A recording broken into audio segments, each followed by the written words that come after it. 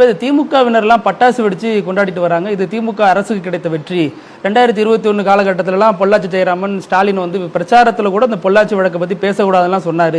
இப்போ அதிமுகவினர் சம்பந்தப்பட்ட இந்த வழக்கிலேயே தீர்ப்பு இப்படி கிடைச்சிருக்கிறது. திமுகவுக்கு கிடைத்த வெற்றியை அவங்க கொண்டாடுறாங்க. நடத்தினாங்க இந்த கேஸை. அவங்க அதிமுக இருந்தபோது அந்த கேஸ் நடக்கலையே, வழக்கே போடலையே. ஸ்டாலின் அப்போவே வந்து சொன்னார், எதிர்கட்சி தலைவராக இருக்கும்போது சொன்னார், அந்த வீடியோவில் அந்த பெண்கள் கதறல பார்த்தா கஷ்டமாக இருக்குதுன்னு அசம்பிளிலேயே பேசினார். அவங்க தானே முன்னெடுத்தாங்க அது. அதனால் அந்த இந்த தீர்ப்பு வந்து ஒரு நியாயம் கிடைச்சிருக்கும் போது திமுக வெற்றி சந்தோஷப்படுறதுல தப்பு என்ன இருக்குது? சில பெண்கள் கூட சோசியல் மீடியாவில் இந்த பொண்ணுங்க மேலே தப்பு, யாரை நம்பணும்னு தெரியணும், இவங்க ஏன் அவங்கள நம்பி போனாங்க அப்படின்னு பிற்போக்குத்தனமான சில கருத்துக்கள்லாம் சொல்கிறாங்க.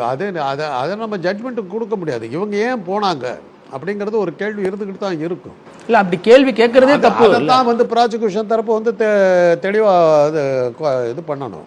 இப்போ இந்த தீர்ப்பை நம்ம படித்தா தெரியும், ப்ராசிக்யூஷன் தரப்பு என்னென்ன குற்றங்களை வச்சாங்க, பெண்கள் ஏன் அங்கே போனாங்கங்கிறதுக்கான விளக்கங்கள் அதில் இருக்கும். இருந்ததுனால தான் இந்த தீர்ப்பு வந்துருக்குது. இது வந்து அந்த மகளிர் அணி இந்த நீதிபதிக்கு தெரிஞ்சிருக்கா? அவங்க இந்த கேட்டிருக்க மாட்டாங்களா?